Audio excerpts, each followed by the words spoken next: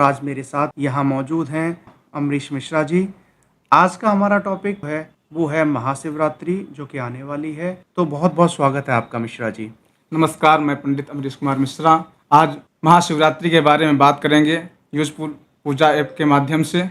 और आपको जो भी प्रश्न बताया जाए या व्रत की विधि में शिवरात्रि का व्रत कैसे करें, इस बारे में आपको जानकारी दी जाएगी। और शिवरात्रि क्यों मनाया जाता है और साल में कितने बार पड़ता है, ये सब की जानकारी आपको यूज़फुल पूजा ऐप के माध्यम से दी जाएगी। जी, तो मिश्रा जी देखिए अभी माहौल भी वैसा ही है और देखिए प्रकृति भी जो है वो अपने आप अनुभव कराती है, खुद खुद से अनुभव कराती है। जी। हम लोग अक्सर देखते हैं कि महाशिवरात्रि जब आती है, उस समय पे मौसम कैसा भी रहे लेकिन जब महाशिवरात्रि का समय आता है, तो मौसम थोड़ा अलग हो जाता है, कुछ हल्की-फुल्की बारिश होती है, बादल होते हैं और ये हमारा अनुभव जो है वो पुराने समय से अनुभव है। मैं छोटा था तब से मैं ये देखता आ रहा हूँ और अभी भी महाशिवरात्रि आने वाली है, जी। तो उसी तरह का मौसम होता जा रहा है। जी, बिल्कुल। तो मैं इसी संदर्भ में आपसे जानना चाहूँगा कि महाशिवरात्रि आखिर मनाई क्यों जाती है? देखिए, शिवरात्रि भगवान शिव से जुड़ी हुई है। शिव और शक्ति का मिलन हुआ था, इसलिए शिवरात्रि मनाई जाती है। और इसकी बहुत अलग अलग कहानियाँ भी हैं, कथाएँ भी हैं। जो एक कथा मैं आपको बताता हूँ। माता सती हवन कुंड में सती हुई थी, तो भगवान शंकर उनको लेकर के घूमने लगे। उनके वियोग में तो उनका 52 खंड भी किया गया था, अलग अलग शक्तिपीठ बनी थी, आपको भी पता होगा और पीछे बताया भी था। उसके बाद भगवान शिव उनके वियोग में तपस्या में लीन हो गए, समाधि में बैठ गए और समाधि करने लगे। और फिर माता पार्वती का जन्म हुआ। सती के दूसरे जन्म का रूप माता पार्वती को मिला। जो पार्वती माता हैं, उनके पिता हिमवान थे और माता नैमा देवी थे। नैना देवी, जी। ठीक है। और पिता के पर्वतों के राजा थे, इसलिए उनका नाम पार्वती रखा गया। पर्वत की पुत्री पार्वती। जी, पार्वती बचपन से ही भगवान शंकर की बहुत बड़ी भक्त थी। उनकी आराधना में, उनकी भक्ति में हमेशा लीन रहती थी।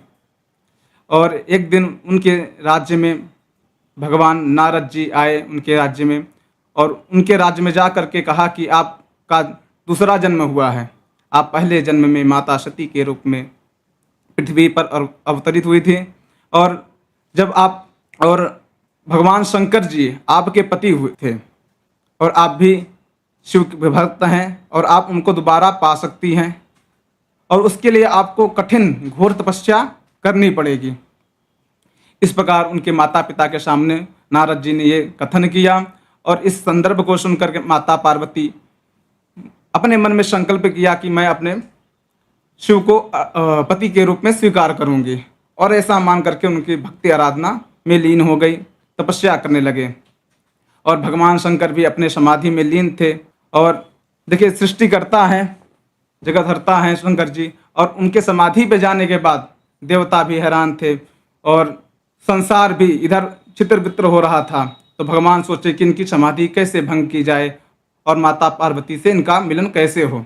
इसके लिए उन्होंने कई उपाय भी किए, मगर माता अपने भक्ति में लीन थी। उन्होंने कई बार पूजा किया, भगवान तो भी प्रसन्न नहीं हुए। तो देवताओं ने ऐसा किया कि भगवान कामदेव को उनके पास भेजा। और कामदेव जब उनके पास गए और अपने लीला प्रदर्शन करने लगे, तो भगवान बहुत क्रोधित हुए। उनके समाधि भंग करने के कारण भगवान ने तीसरी आंख खोली, और तीसरी आंख खोलते ही कामदेव भस्म हो गए, जल करके राख हो गए।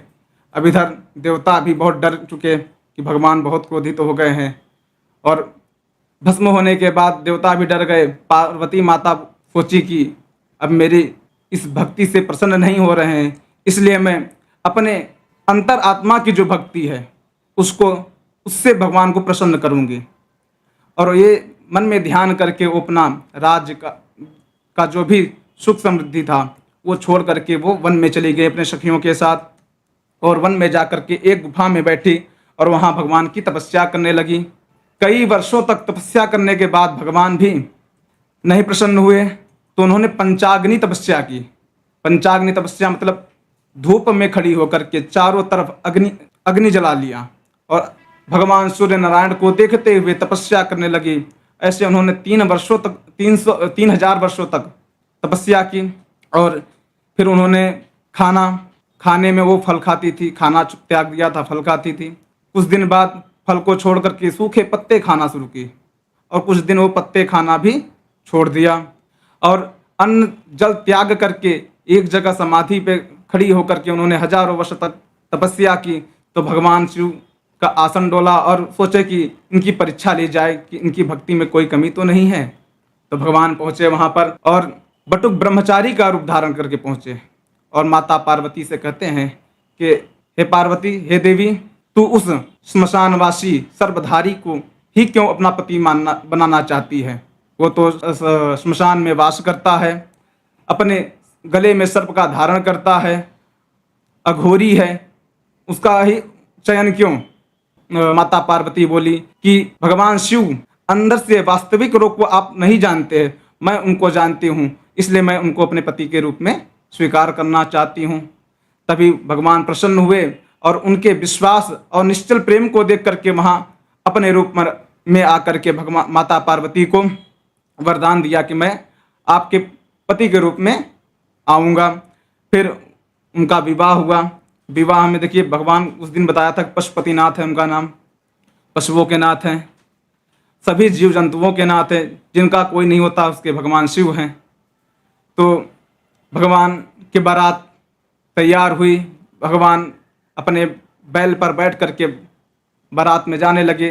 तो देखिए जिनको कोई नहीं बुलाता हो, जिनका कोई नहीं होता शिव होते, उनके बारात में सारे राक्षस, भूत, पिशाच, डाकिनी, शाकिनी, देवता, मनुष्य, सभी लोग, जानवर, जीव जंतु जितने भी थे सभी बारात को लेकर के माता पार्वती के घर में पहुंची। बिल्कुल, और सब उत्साहित भी थे। और दोस्तों देखिए, हम अपनी या आपकी बात करें, कोई भी बंदा, कोई भी मनुष्य ये नहीं चाहेगा कि हमारे जो अच्छा फंक्शन है, जो शादी है, जो विवाह है, उसमें कोई परेशानी आए। तो नेगेटिविटी हम जिसको बोलते हैं, जैसा कि मिश्रा जी बता रहे हैं, भूत प्रेत, डाकनी साकनी, राक्षस और इस तरह की जो चीज़ है जिनसे हम बचते हैं। और प्रभु इतने दयावान हैं, प्रभु इतने दयालु हैं कि उन सबको उन्होंने निमंत्रण दे दिया, सबको अपनी शादी में बुला लिया और सबको अपनी शादी में बुला के ले गए। देख क्या नज़ारा रहा होगा, क्या समय होगा। बिल्कुल मिश्रा जी। जी। जब बारात माता के घर पहुंची तो वहाँ के जो प्रजा थे वो देख करके भयभीत हो गए, सारे प्रजापति। फिर मैनावती भी भगवान शिव के इस भस्मधारी रूप को देख करके वो भी भयभीत हो गए और मूर्छित हो गई। और फिर जब मूर्छा खुला तो नारद जी को बोलने लगी कि आपने कैसा वर मेरे पुत्री के लिए लाए। और इस प्रकार उनकी माता को दुखी होता देख करके सभी देवताओं ने भगवान शिव से प्रार्थना की और फिर देवता लोग भगवान शिव को सजाया और फिर आकर के विवाह हुआ। देखिए भगवान शिव बाहर से भी अंदर से बहुत सुंदर हैं। आप एक श्लोक भी सभी को पता होगा, कर्पूर गौरम करुणावतारम संसार सारम भुजगेंद्रहारम, जी, सदा वसंतम हृदयारविंदे भवम भवानी शैतम नमामि। तो कपूर की तरह सुंदर हैं जी, और करुणावतार हैं, सभी को हृदय में धारण करने वाले हैं और इस प्रकार से भगवान का स्वरूप है। और इसी तरह भगवान सज करके आए और माता पार्वती का विवाह हुआ और वो अपने कैलाश पर्वत पुनः लौटे। और फिर इसी तरह उस दिन कृष्ण पक्ष की चतुर्दशी थी और चतुर्दशी को ही महाशिवरात्रि मनाया जाता है। इसी से इनका प्रचलन हुआ और कई भी पौराणिक कहानियां हैं शिवरात्रि पर, मगर मेन कहानी यही है कि जो फाल्गुन मास के कृष्ण पक्ष की चतुर्दशी को शिवरात्रि होती है, उसमें भगवान शिव का विवाह हुआ था। जी। देखिए, जो महाशिवरात्रि है उस दिन शिव और शक्ति का मिलन हुआ, जैसे कि हमें मिश्रा जी ने बताया। प्रभु की विवाह हुआ, वो रात बहुत मंगलमय थी। सारे देव, सारे दानव, दुनिया में उपस्थित सारे जीव जंतु बड़े खुश थे क्योंकि प्रभु की शादी में भी सम्मिलित हुए थे। उसी दिन से ये महाशिवरात्रि का चलन हुआ और महाशिवरात्रि का प्रारंभ हुआ। जैसा कि अभी पंडित जी आप बता रहे थे, मैं दोबारा से वही जानना चाहूँगा कि महाशिवरात्रि कब पड़ती है? आपने अभी बताया शुक्ल पक्ष की, कृष्ण पक्ष की सॉरी माफ़ कीजिए, कृष्ण पक्ष की चतुर्दशी को। चतुर्दशी को। जी। और माह रहता है, कौन-सा माह रहता है? कौन-सा फाल्गुन महीना? मास। फाल्गुन मास के। तो हमेशा इसी तिथि को और हाँ। इसी समय महाशिवरात्रि पड़ती है। दोस्तों, ये थी महाशिवरात्रि के पीछे एक पौराणिक कथा। बहुत सारी कथाएँ वैसे हैं, अलग-अलग कथाएँ हैं, लेकिन उनमें से जो एक कथा है वो ये है, शिवरात्रि क्यों मनाई जाती है, कैसे मनाई जाती है और कब मनाई जाती है। अब शिवरात्रि जो है, उसके बारे में हम थोड़ा-सा पंडित जी से, मिश्रा जी से पूछना चाहेंगे कि शिवरात्रि की जो पूजा होती है मिश्रा जी, जी। वो हमें शिवरात्रि दिन या रात, मतलब इसको शिवरात्रि बोलते हैं, ठीक है, मुझे जहाँ तक समझ आता है कि शिवरात्रि का जो दिन होता है, उस दिन एक दिन पहले देखिए नॉर्थ इंडिया में जहाँ हम लोग रहते हैं या एनसीआर में हमने देखा है जी। कि एक दिन पहले शाम को बहुत सारे जो भोले के दीवाने हैं, प्रभु के दीवाने हैं, वो कावड़ लेके जाते हैं, मुझे जहाँ तक पता है। और वो कावड़ जाते हैं और हरिद्वार है, बाकी जो अलग-अलग गंगा के घाट हैं, वहाँ से वो जल लेके आते हैं और उसको अर्पण करते हैं। तो जी। बहुत अलग नज़ारा रहता है। शिव में पूरा जो ये है रास्ता है, पूरा जो एरिया है वो शिव में रहता है। तो जो महाशिवरात्रि है, जाती है, बिल्कुल। इसलिए शिवरात्रि का पूजन तो सुबह से ही प्रारंभ हो जाती है। हुँ, हुँ। पहले त्रयोदशी वाले दिन हमको शुद्ध से व्रत उठाना चाहिए। देखिए, इसका व्रत बहुत महत्वपूर्ण है। जैसे हम एकादशी का व्रत करते हैं, हुँ, हुँ। भगवान विष्णु को प्रिय है, हुँ, हुँ। उसी प्रकार भगवान को भी व्रत, शिव को भी व्रत प्रिय है। अच्छा। और कई प्रकार के व्रत हैं, जैसे भगवान शिव के दर्शन करना, पूजा करना, हुँ, भगवान और काशी में मरण, हुँ, हुँ, ये भी एक प्रकार से व्रत है। आप काशी में रह करके मरते हो तो मोक्ष को प्राप्त होते हैं। हुँ, हुँ, और उससे ज़्यादा फलदायक ये है कि शिवरात्रि का आप व्रत करें। हुँ, हुँ। देखिए, शिवरात्रि 12 मास पड़ती है, अच्छा। ठीक है? 12 मास, हर महीने कृष्ण पक्ष की त्रयोदशी या चतुर्दशी को रात्रि में पड़ता है। हुँ, हुँ। उसको शिवरात्रि करते हैं और बहुत से भक्त लोग इसके इसके व्रत भी करते हैं, पूरा होता है। और शिवरात्रि 12 महीने में हर कृष्ण पक्ष की चतुर्दशी को पड़ता है।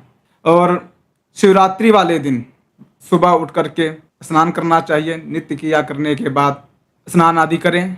स्नान आदि करने के बाद सुंदर स्वच्छ वस्त्र पहनना चाहिए। देखिए, भगवान को स्वच्छता बहुत पसंद है। और देखिए, हम किसी से कुछ मांगने जाते हैं हाँ, तो मैं बीच में पंडित जी थोड़ा-सा इंटरप्ट करूँगा। देखिए मिश्रा जी के हिसाब से जो शिवरात्रि है दोस्तों, वो हर महीने आती है। 12 महीने शिवरात्रि आती है, लेकिन एक दिन महाशिवरात्रि आती जी, है। जी। अभी जैसे हमने 2025 में पीछे देखा कि कुंभ, ये 6 साल 12 साल बाद कुंभ और अर्धकुंभ लगते हैं, लेकिन अभी 2025 में था महाकुंभ। तो महाकुंभ का एक टाइम था जो 100 से भी ज़्यादा साल के समय में एक बार आता है। जी, उसी बिल्कुल। तरह से दोस्तों जो शिवरात्रि है वो हर महीने आती है, लेकिन महाशिवरात्रि जो है वो वर्ष में सिर्फ एक बार आती है। जी, जी। जी मिश्रा जी। तो हम थे कि जब स्वच्छता बहुत ज़रूरी है और स्वच्छ अगर कहा जाता है कि आपको स्वस्थ रहना है तो स्वच्छ रहना पड़ेगा। जी। अगर आप नित्य साफ सफाई पे, अपनी शारीरिक सफाई पे, अपने आसपास की सफाई पे अगर ध्यान देते हैं तो साइंस भी इस बात को मानता है कि जो बीमारियां हैं, जो दूसरी चीज़ें हैं इस तरह की, उनसे नजाकत, उनसे छुटकारा पाया जा सकता है। तो हो भी क्यों ना, प्रभु भी चाहेंगे कि उनके बच्चे, उनके जो भक्त हैं वो निरोग रहें, स्वस्थ रहें, कोई किसी तरह की समस्या, किसी तरह की परेशानी उन्हें ना हो। तो मिश्रा जी इसी कड़ी में बता रहे थे कि प्रभु के सामने हमें नहा धो के, स्वच्छ होके, नित्य क्रिया करके कुछ मांगने जाना चाहिए। जी। जी मिश्रा जी। जैसे हम शिवरात्रि का पूजन करते हैं, जी। तो हम सुबह उठ करके स्नान इत्यादि करके भगवान के शिवालय पे जब जाते हैं, तो कि हम किसी को कुछ मांगना होता है तो आप गरीब बन के जाओगे तो आपको कोई कुछ नहीं देगा, जी। भीख के अलावा। जी। ठीक है। और हम भगवान से भीख थोड़ी नहीं मांगने जाते हैं, जी, उनकी कृपा मांगने जाते हैं। और बिल्कुल। कृपा पाने के लिए हमको सुंदर बन के जाना पड़ेगा। अब सुंदर बन के जाओगे तो आपको बड़े बड़े बैंक भी पैसे देंगे ना। उसी प्रकार भगवान भी सुंदरता को बहुत पसंद करते हैं, इसलिए उनके पास स्वच्छ होकर जाना चाहिए। देखिए, आप गरीब हैं, आपके पास कुछ नहीं है, तो भी आप स्वच्छता से जाएंगे तो आपको सब कुछ मिलेगा भगवान के पास। भगवान शिवालय के पास जा कर के बैठना चाहिए और आसन लगा करके बैठे। देखिए, माफ़ करिएगा मिश्रा जी, जैसे देखिए दोस्तों, मिश्रा जी ने बताया कि जो आर्थिक तंगी है, आर्थिक गरीबी है, वो मैटर नहीं करती। नहीं नहीं, वो नहीं करती। आपको मैटर करता है कि आप स्वच्छ हों, साफ-सुथरे हों, तब प्रभु के शरण में जाएँ। प्रभु वैसे भी बहुत दयालु हैं और बिल्कुल। भोलेनाथ हैं, तो उनको दिखावा नहीं चाहिए, उनको आडंबर नहीं चाहिए, साफ रहें, शुद्ध रहें और फिर प्रभु से कुछ माँगे। जी, जी, उनके समीप जा कर के संकल्प लें कि प्रभु आज हम ये व्रत करने जा रहे हैं, शिवरात्रि का व्रत करने जा रहे हैं, और हमारे जीवन में, हमारे इस व्रत में आलस, निद्रा, प्रमाद, क्रोध, काम, ये जो भी हैं, जो भी ये शत्रु हैं, ये सब दूर हों और मैं इस व्रत को अच्छी तरह पालन कर सकूं, ऐसा संकल्प करके वहाँ संकल्प देना चाहिए। और संकल्प दे करके यथासामग्री आपके पास जो भी है वो भगवान को अर्पण करें, पूजन करें। ऐसा है, दिन का ये है। और फिर रात्रि में जागरण करना चाहिए। अब शिवरात्रि के महाशिवरात्रि है, तो रात्रि का ज़्यादा महत्व है। 4 प्रहर होते हैं, चारों प्रहरों का पूजन करना चाहिए। और 4 प्रहर में अलग अलग तरीके से आप पूजन कर सकते हैं। देखिए, मैंने अभी पीछे रुद्राभिषेक के बारे में बताया था, किन किन चीज़ों से होता है ये भी बताया। तो आप अलग अलग चीज़ों से अभिषेक करके भगवान का पूजन करके प्रसन्न कर सकते हैं और यथाशक्ति जो भी दान दक्षिणा हो वो दे सकते हैं। ऐसा शिवरात्रि के दिन करना चाहिए। तो इसी कड़ी में जैसे व्रत कैसे करना चाहिए, सबसे पहले हमें नित्य क्रिया करके अपना सही से साफ शुद्ध होके प्रभु के साथ सामने जाना चाहिए और प्रभु से ही संकल्प लेना चाहिए कि प्रभु, मैं जो करने जा रहा हूँ, देखिए मैं इतना सामर्थ्यवान नहीं हूँ, मैं नहीं कुछ कर सकता, मेरे बस का कुछ नहीं है। मैं जो करने जा रहा हूँ, प्रभु मुझे शक्ति दें वो मैं कर पाऊँ, क्योंकि बिना आपकी शक्ति के, बिना आपकी इच्छा के एक तिनका तक नहीं हिल सकता है। तो मैं तो एक मनुष्य हूँ, मैं तो एक तुच्छ सा प्राणी हूँ, बिना आपकी मर्जी के मैं आपका व्रत कैसे रख पाऊंगा। इसलिए हे प्रभु, मुझे आप शक्ति दें और मुझे आप इतना सामर्थ्यवान बनाएं कि मैं आपका व्रत को धारण कर सकूं। सबसे पहले प्रभु से आप जाके यही मांगें। जी, देखिए, अगर ये चीज आप प्रभु से मांगेंगे और प्रभु आपकी बात सुनेंगे, तो ही आपका व्रत, तो ही आपका जो शुभ कार्य है वो पूर्ण हो पाएगा। बिना उनकी इच्छा के कुछ हो ही नहीं सकता है। तो मिश्रा जी ने बताया कि हमें सबसे पहले ये काम करना चाहिए। दोस्तों ज़रूर करिए, एक बार करके देखिए। इसी से रिलेटेड एक कथा है, सॉरी माफ़ कीजिए, कथा नहीं है, वो मेरे साथ बीती हुई एक घटना है। वो मैं घटना आपको जिक्र करूँगा, एक घटना बताऊँगा, अलग से बताऊँगा। ये इस तरह की जो घटना है कि बिना प्रभु के कुछ हो ही नहीं सकता है। तो अभी हम इसी क्रम में हैं, तो प्रभु के सामने चले गए हम लोग और उनसे मांग रहे हैं। और हम मिश्रा जी, हमें जो व्रत है वो कैसे धारण करना चाहिए, यहाँ तक ठीक है, हमने ये चीज़ें की और प्रभु के सामने गए और हमने ये प्रभु से मांगा कि हमारा व्रत सही हो, सही प्रकार से दिन निकले, सारी चीज़ें। इसके बाद क्या करना चाहिए?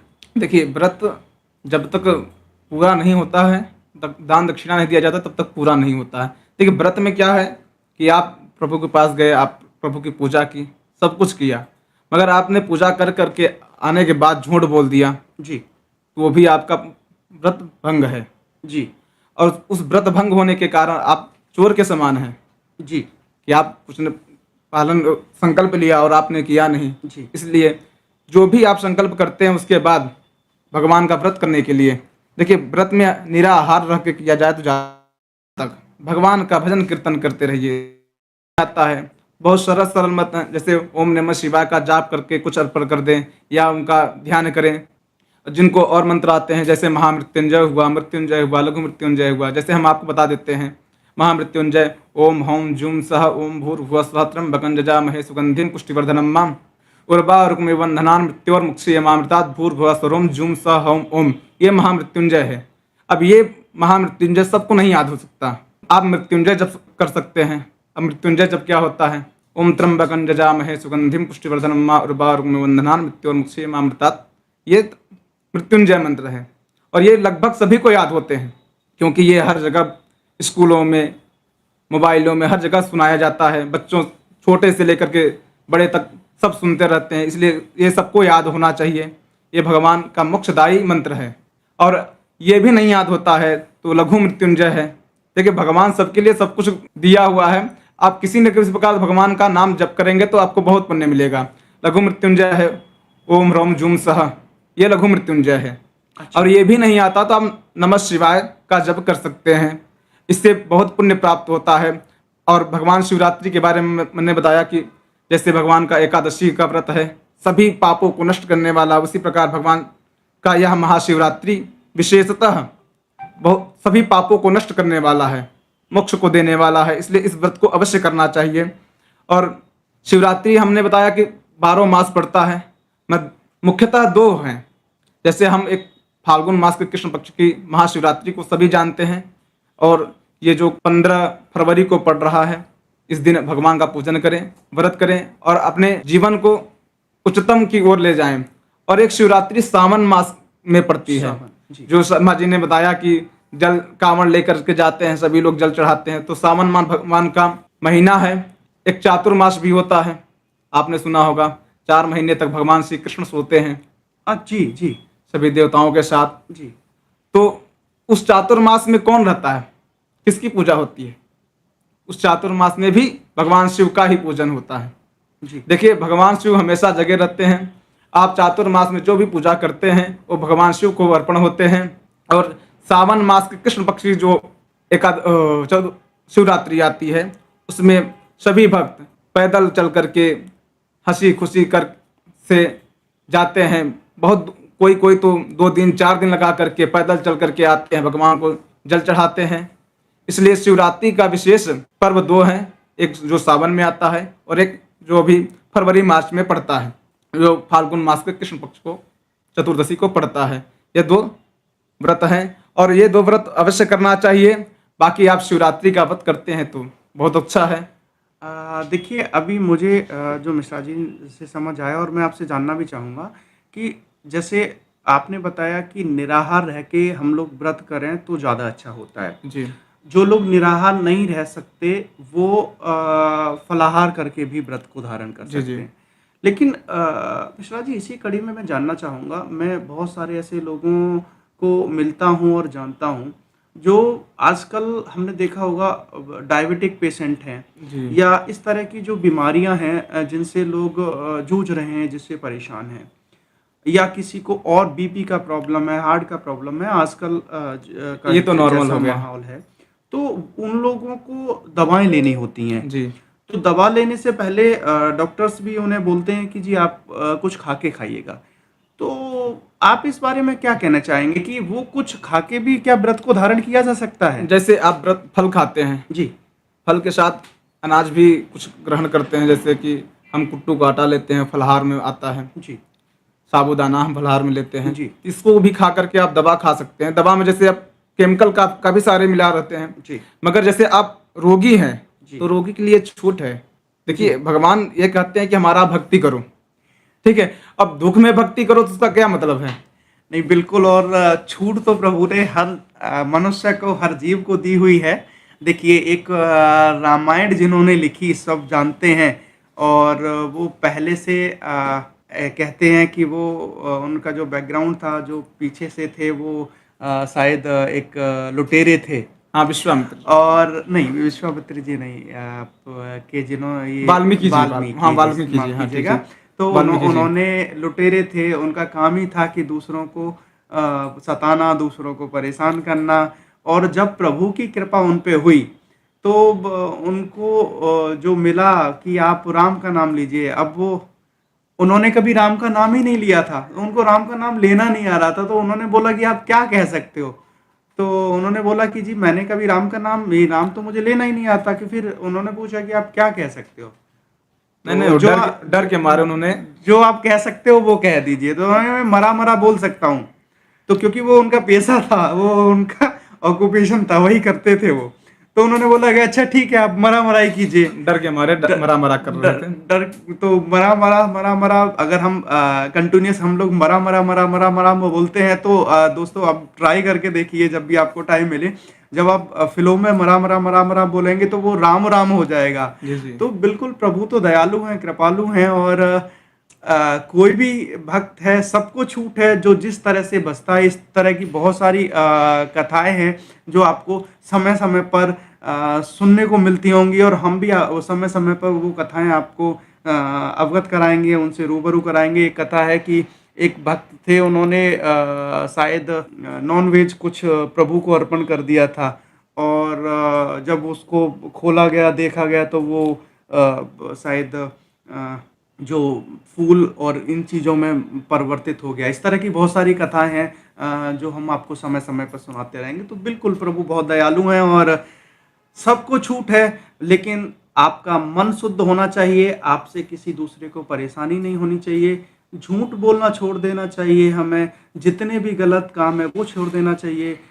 हमें गुस्सा नहीं करना चाहिए, हमें क्रोध नहीं करना चाहिए। जी जितने बिल्कुल। ये गलत बेकार हैं, अगर हम उनको छोड़ देते हैं, तो मुझे लगता है कि हम किसी भी अवस्था में, किसी भी भाव से, किसी भी तरह से अगर प्रभु की पूजा करते हैं, तो उसको प्रभु सुनते हैं, और उसका प्रभु आपको मनवांछित फल देते हैं। बिल्कुल। ये ऐसा हमारा मानना है।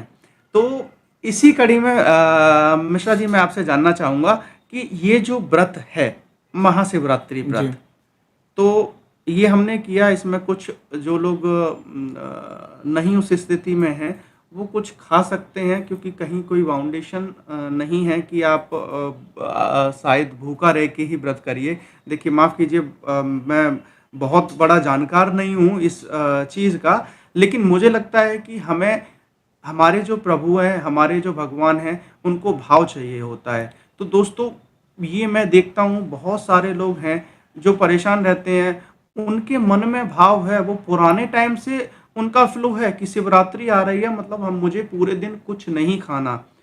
आपका दूसरा कोई एकादशी आ रही है, मतलब मुझे पूरे दिन कुछ नहीं खाना।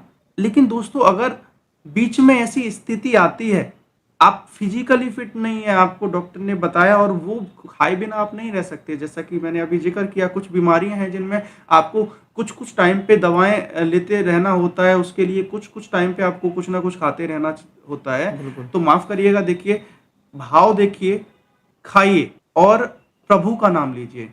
जो आपके बेकार हैं, जो आपके दूसरी चीजें हैं, गलत चीजें हैं, उनका त्याग करिए, ना कि खाने पीने का। दोस्तों, खाने पीने का त्याग करने से कुछ नहीं होगा।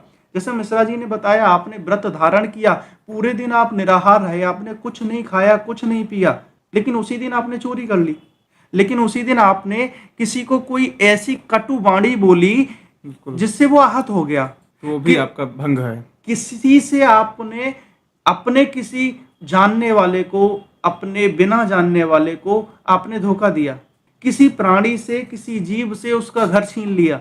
तो दोस्तों, उस व्रत को करने का फल मुझे लगता है क्या ही आपको मिलेगा, कुछ नहीं मिलेगा। क्योंकि आपने दूसरे जीव को परेशान किया है, उसकी आत्मा को दिखाया है। और एक कहावत है और विश्वास भी है हमारा कि जन जन में, कण कण में प्रभु हैं। बिल्कुल तो है। आप एक साइड उनकी पूजा कर रहे हैं, एक साइड आप उन्हें मना रहे हैं, पूरे दिन आपने निर्जला व्रत रखा हुआ है, लेकिन दूसरी साइड जो दूसरे जीव में वो हैं, उसे आप सता रहे हैं। तो दोस्तों, मुझे ऐसा लगता है कि अगर हम उन चीजों का त्याग करें जो त्याग की जा सकती हैं, और फिर व्रत को धारण करें, तो उसका जो फल है प्रभु निश्चय ही आपको देंगे। तो परेशान ना हो। कई सारे लोग पूछते हैं कि जी मैं ये नहीं खा सकता, जैसा कि मैं बता रहा था, अब मैं कैसे व्रत करूं, मैं तो पिछले इतने सालों से ये व्रत कर रहा था, मैं तो बचपन से ये व्रत कर रही थी, लेकिन अभी मेरी स्थिति नहीं है। मैं अगर सुबह 11-12 बजे तक नाश्ता नहीं करता या नहीं करती, तो मुझे बीपी का प्रॉब्लम है, मुझे शुगर का प्रॉब्लम है, मुझे चक्कर आता है, तो मैं क्या करूं, व्रत छोड़ दूं? नहीं। व्रत नहीं छोड़ना है।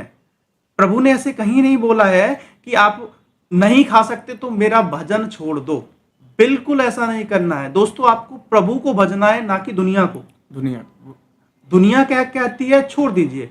कोई देखिए, बहुत सारे ऐसे उदाहरण हैं जिनको इस दुनिया ने ठुकरा दिया, निष्कासित कर दिया, लेकिन प्रभु उसके उस गुण पे रीझ गए, प्रसन्न हो गए। बहुत सारे ऐसे उदाहरण हैं। किसी की जरूरत नहीं है, किसी ठेकेदार की जरूरत नहीं है वो आपको बताए कि आपको निराहार ही रहना है। आप व्रत करिए, मनन करिए, नाम लीजिए। जैसे हमारे बड़े बड़े संत, कई सारे संत हैं आजकल हम लोग जिनको सुनते हैं, वृंदावन में हैं, आपके और जगहों पे भी हैं, जो कहते हैं कि हमें सिर्फ नाम जप करना है। बहुत पूजनीय आदरणीय संत हैं हमारे, सब कोई जानते हैं उन्हें। तो हमें नाम जप करना है, हमें भूखा रहना है, आडंबर करना है, उसकी जरूरत नहीं है दोस्तों। तो वो दोस्त भी व्रत, या भाई बहनें भी वो व्रत कर सकते हैं जो इस तरह की परेशानियों से जूझ रहे हैं। ठीक है, भगवान शिव का व्रत सब कर सकते हैं, जी, इनके लिए कोई मनाही नहीं है। राक्षस हो, पिशाच हो, मनुष्य हो, स्त्री हो, वृद्ध हो, बालक हो, सब कर सकते हैं। मगर व्रत मतलब उपवास होता है। जरूरी नहीं कि आप उपवास करो तभी।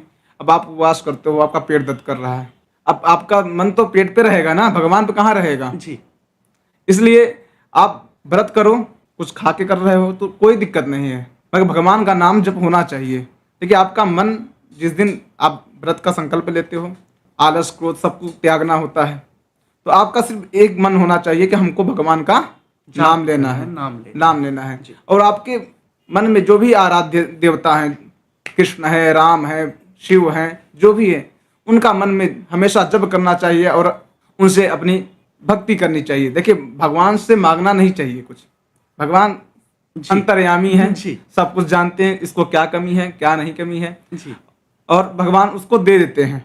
जी, और एक हितोपदेश है पुस्तक, हित मतलब अपना, उपदेश मतलब अपने लिए उपदेश, तो उसमें दिया है कि भगवान सबको सब कुछ नहीं देते। जी, अब जैसे हम बहुत अच्छे हैं, तुम्हारी पत्नी बहुत अच्छी नहीं होगी। जी, हम दोनों अच्छे हैं, तुम्हारे पुत्र अच्छे नहीं होंगे। जी, हम तीनों अच्छे हैं तो हमारे पास धन नहीं होगा। जी, चारों चीज है तो हमारे पास रोग होगा। तो कब भगवान कुछ न कुछ कमी छोड़ के रखते हैं कि भाई नहीं छोड़ेंगे तो याद कैसे करेगा, सब कुछ दे ही देंगे तो याद कैसे करेगा। बिल्कुल। अगर विपत्ति नहीं होगी, अगर दुख नहीं होगा, तो मुझे लगता है दोस्तों, हम जितने भी भगवान को पूजने वाले हैं, जितने भी प्रभु का भजन करने वाले हैं, शायद उसमें से आधे भी ना करें, क्योंकि कोई परेशानी नहीं है। भगवान को अक्सर आप देखिए, आपके पास पैसा है, आपके पास ऐश्वर्य के साधन हैं, आप समर्थवान हैं, तो आप शायद दिन में भगवान का नाम लेना भूल जाएं।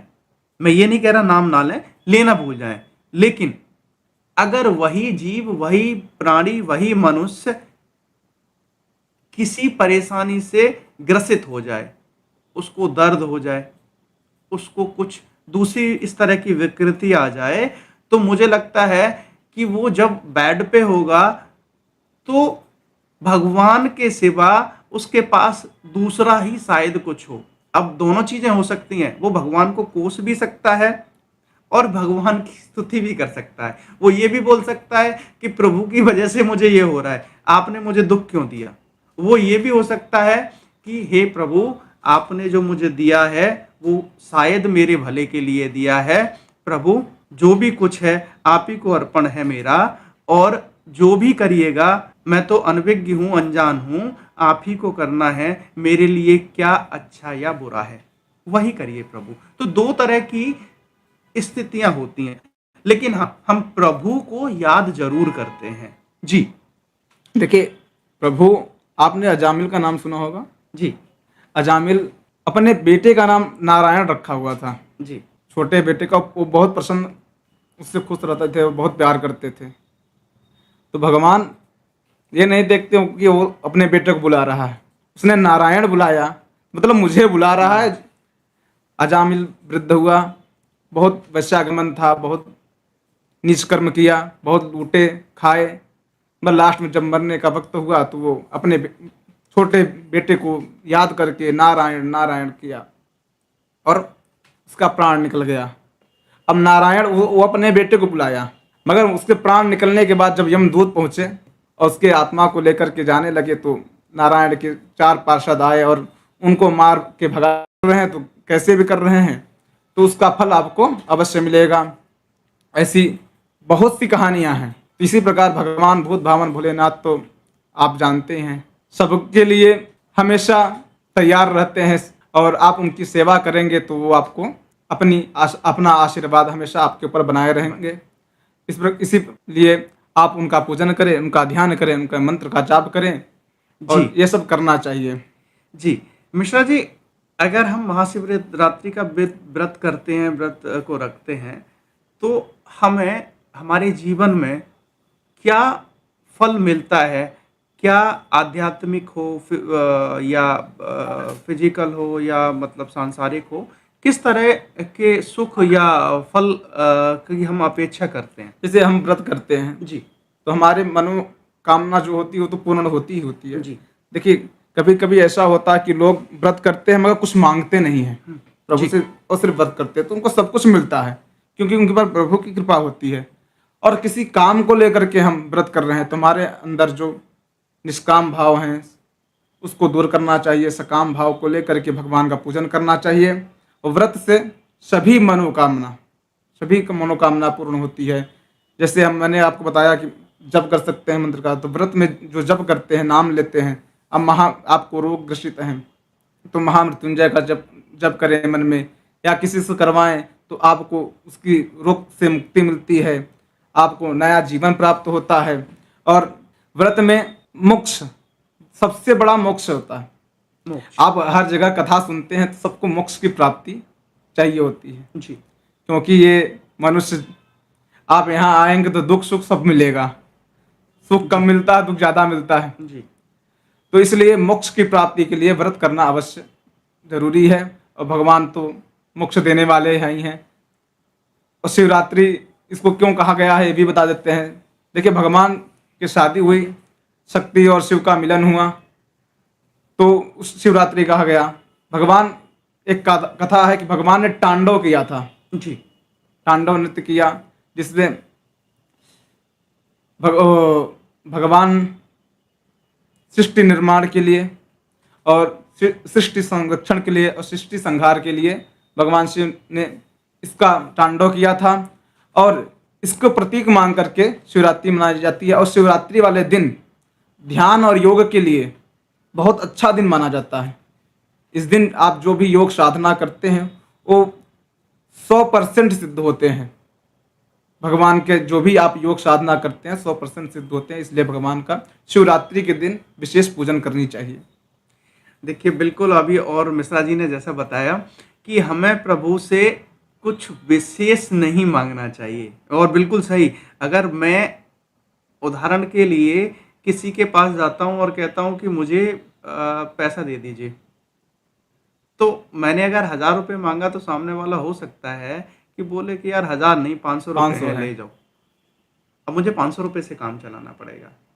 लेकिन दोस्तों, अगर मैं बिना कुछ मांगे उनके पास जाता हूं, और वो तो स्वयंभू हैं, वो तो सर्वव्यापी हैं, वो तो सर्वज्ञानी हैं, उनसे आप कुछ स्पेसिफिक ना मांग के उनकी शरण में जाइए, और यकीन करिए दोस्तों, वो सब मिलेगा जिसकी आपने पहले कभी कल्पना भी नहीं करी होगी।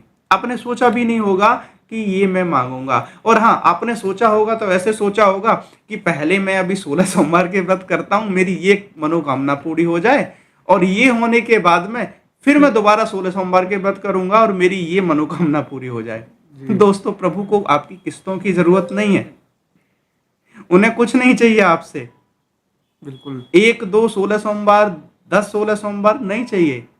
आप जाइए और मन लगा के जाइए, बोलिए आपको जो उचित लगे वैसा करिए। प्रभु, मेरा सब कुछ आप ही का दिया हुआ है, तेरा तुझको अर्पण क्या लागे मेरा प्रभु, मेरा कुछ है ही नहीं। और हमेशा सभी लोग बोलते हैं, और तो भी उसके पीछे भागे पड़े ये रहते हैं। आरती में है भी कि तेरा तुझको अर्पण क्या लागे मेरा। दोस्तों, प्रभु को बोलिए कि प्रभु मैं ये सारा तेरा ही है और मैं खुद भी अपने आप को तेरे अर्पण करता हूं। हे प्रभु, आपको जो भी उचित लगे वैसा करिए, और जो आपने दिया उसके लिए आपका बारंबार धन्यवाद। दोस्तों देखिए, फिर आपकी जो मनोकामना है किस तरह से पूरी होती हैं, कितनी खुशियां आपको मिलती हैं। और इन खुशियों से भी परे एक खुशी है दोस्तों, मानसिक शांति, जो शायद हम आप में से प्रभु से कुछ ही लोग मांगते हैं। इन सारी जो भौतिक दुनिया है इसके परे है वो चीज। अगर आप प्रभु को सब कुछ अर्पण कर देते हैं तो जो चीज लोग पैसे से नहीं खरीद सकते, अरबपति खरबपति जिनके पास पैसे पता ही नहीं है कितना पैसा है कितना धन है, वो लोग भी इस चीज को नहीं पाते, परेशान रहते हैं। बिल्कुल तो परेशान। जब आप अपना सर्वस्व प्रभु को अर्पण कर देते हैं तो एक अलग सी शांति, अलग सी खुशी, एक अलग सा अनुभव आपको प्राप्त होगा। देखिए, मानसिक जो शांति है, जी जैसे आपने बताया जी कि देखिए, पीड़ा दो प्रकार की होती है, एक तो शारीरिक और एक मानसिक। शारीरिक पीड़ा तो मतलब जैसे चोट लगा, वो कुछ दिन में घाव भर जाता है। मानसिक पीड़ा जल्दी नहीं भरता, जी इसलिए मानसिक तनाव होना बहुत खराब होता है। जैसे हम चिता में जाते हैं, चिता में जलते हैं, एक बार जल गए सब खत्म। जी मगर जो मानसिक चिंता है ना, चिता चिंता जो भी बोल लें, ये कभी नहीं, वो बार बार जलाती है। इसलिए मानसिक तनाव को तो छोड़ ही देना चाहिए, क्योंकि जितना हम सोचेंगे वो उतना बुरा होता जाएगा। हमारे शरीर में, हमारे दिमाग में वो धंसता चला जाएगा, हम डिप्रेशन में जा सकते हैं। हमारे डिप्रेशन में जाने के बाद हमारी स्थिति जो खराब होगी हमारे परिवार की, हमारे संबंधी सबका खराब होगा। इसलिए मानसिक शांति के लिए भगवान का पूजन तो हमेशा करना चाहिए। जी।